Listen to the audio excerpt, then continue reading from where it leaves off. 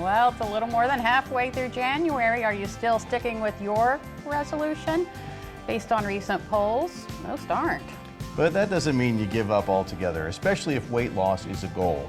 Robin Gould is registered dietitian and director of dietetics program at UMES. Are New Year's resolutions really that hard for folks to keep this time of year? They really are.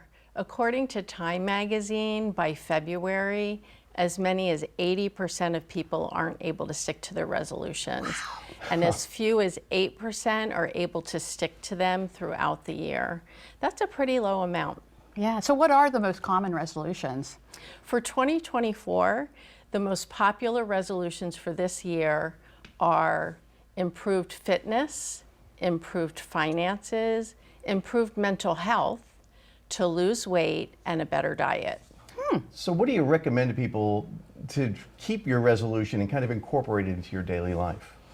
Well, it is a challenge, and I understand that people want to make changes really quickly and see results quickly, but that's exactly why they tend not to be able to stick to them, because they're trying to change too much too fast.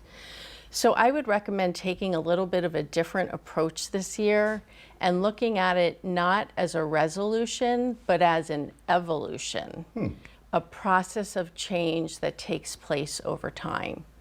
Because any lifestyle changes you might be trying to make are a process, and they require time and support, and they're not going to happen overnight. Sure. So, okay, so how do you suggest that people approach the resolution to improve health and then incorporate those changes into our daily life? Okay, well, the step number one that I always have my clients think deeply about is, what is their why? What is that one most motivating reason to them that they want to make a change? And that answer is going to be different for everyone. I've had some clients be very specific about their reason, and they'll say something like, I just refuse to purchase that next clothing size. But then for some people, it might be a medical reason. They may say something like, I want to do everything in my power to reverse my type 2 diabetes diagnosis. But then I have a lot of clients who simply say, I just want to feel better. Next is, you want to make a plan and stick to it.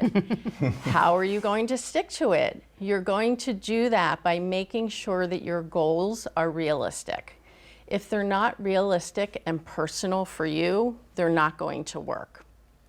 For example, if you want to try and lose weight and you're someone that really enjoys sweets, it wouldn't be realistic for you to restrict yourself and say, I'm never going to eat sweets again. Remember, if it's not realistic and personal to you, it's not going to be sustainable. And next, the next step is to make sure that the goals are short, specific, and measurable. So a better goal example would be to say, I'm going to consume 150 calories in sweets every day after dinner.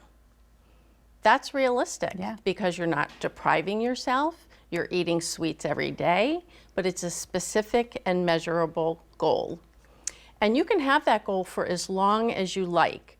I always encourage my clients never to take on more than 3 goals at once, and they can keep them for as long as they need to, so that that behavior becomes sustainable.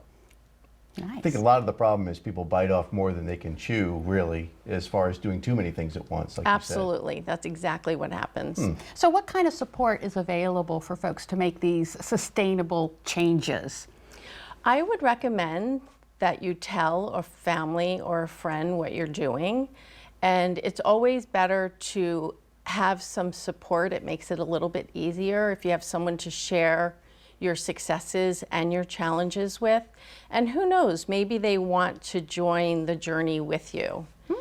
I would also recommend contacting a health professional, a registered dietitian who is also an expert in nutrition, can certainly help you learn how to be successful in your evolution to better health. Sounds wonderful. Thank you so much for coming in and talking about this. Thank you for having me.